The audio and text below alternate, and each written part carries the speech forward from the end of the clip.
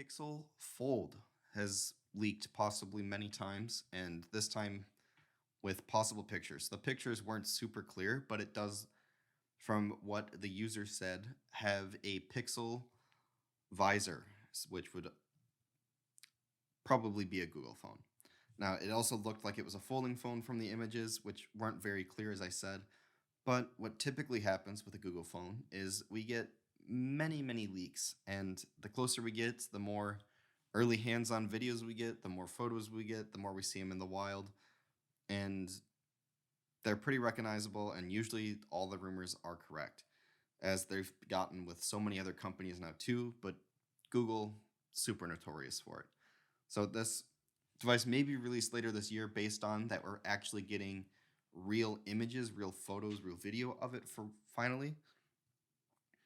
And I mean, Google has already gone out of their way in the past to reveal the main design of the Pixel 4 and headlining features months before the launch. Same thing happened with Pixel 7 handsets. They got a teaser at I/O 2022 last May. Therefore, it wouldn't be super surprising to see possible Pixel Fold teasers here at Google's I/O event coming up. Now, I wouldn't expect to see it released, but possible teasers to see it coming out later this year. We might get to see some of the pictures of it, maybe even some specs, possibly. So, the big deal here for me is Pixels currently offer a standout Android experience, unlike any other phone. Cameras stand out, therefore Google making a foldable phone is a big deal when it comes. Developers might also be more open to making things work better on these devices, which we've seen from so many other companies. So having Google making it is actually kind of a big deal if they decide to go ahead and do it.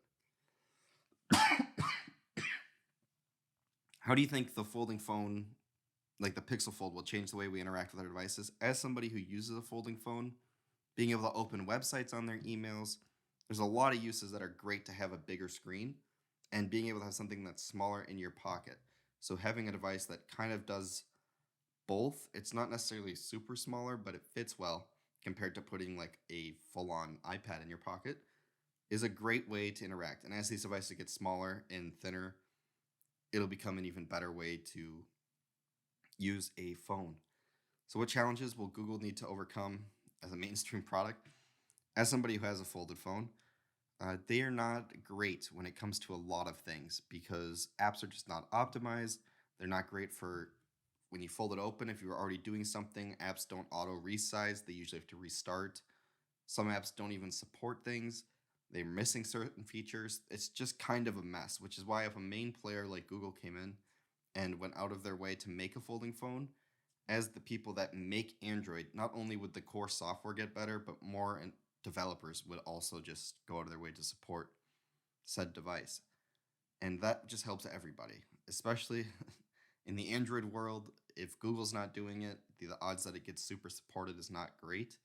But Google has gone out of their way to make it work great with YouTube, add other features, help work with Samsung, and I'm sure they've worked with some of the other companies to also add some features, but I know Samsung for sure. So hopefully this would lead to Google pushing it more and more and working to make it better and better for the end user and benefit more than just Pixel users. We've seen Google in the past with other devices say, hey, this new photo feature came with this phone, and then 6 months later, hey, this new feature is coming to Android or coming to Google Photos. So everybody can use it with any device pictures. So hopefully the same thing would occur here. Maybe they won't keep as much to themselves, but we'll see it come and stay for a while.